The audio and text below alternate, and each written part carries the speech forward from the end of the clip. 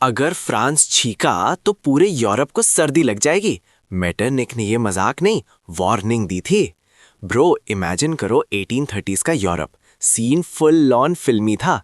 Liberal nationalists, मतलब हमारे teachers, professors और एजुकेटेड मिडिल क्लास एलीट अब चुप नहीं बैठने वाले थे।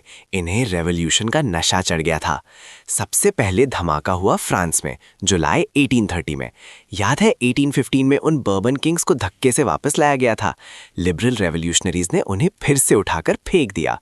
उन्होंने लुई फिलिप को हेड बनाकर कॉन्स्टिट्यूशनल मोनार्की सेटअप कर दी। और मेटरनिक की बात सच निकली। फ्रांस की आग देखकर ब्रसल्स में भी चिंगारी भड़की और बेल्जियम ने यूनाइटेड किंगडम ऑफ नेदरलैंड से ब्रेकअप कर लिया। लेकिन असली इमोशनल स्टोरी है ग्रीस की। ग्रीस 15th सेंचुरी से ऑटोमन एम्पायर का पार्ट था, पर 1821 में उन्होंने आज़ादी चिल्लाना शुरू कर दिया। यूरोप के पोएट्स और आर्टिस्ट्स ने ग्रीस को क्रेडल ऑफ यूरोपियन सिविलाइजेशन बोला, मतलब पूरे यूरोप की संस्कृति का बचपन। इंग्लिश पोएट लॉर्ड बायरन तो इतने इमोशनल हो गए कि उन्होंने फंड्स कलेक्ट किए और खुद लड़ने चले गए, जहां 1824 में फीवर से उनकी डेथ हो गई। सच्चा warrior bro.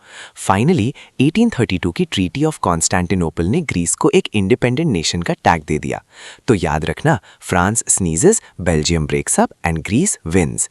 History is not boring, it's just a series of epic rebellions. और अब जल्दी से कुछ इंपॉर्टेंट एग्जाम पॉइंट्स नोट कर लो जो सीबीएसई में पक्का पूछ सकते हैं।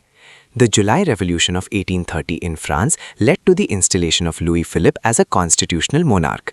Duke Metternich famously said, "When France sneezes, the rest of Europe catches cold."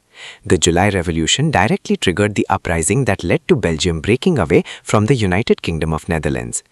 The Greek War of Independence against the Ottoman Empire began in 1821 and was supported by West Europeans who admired ancient Greek culture.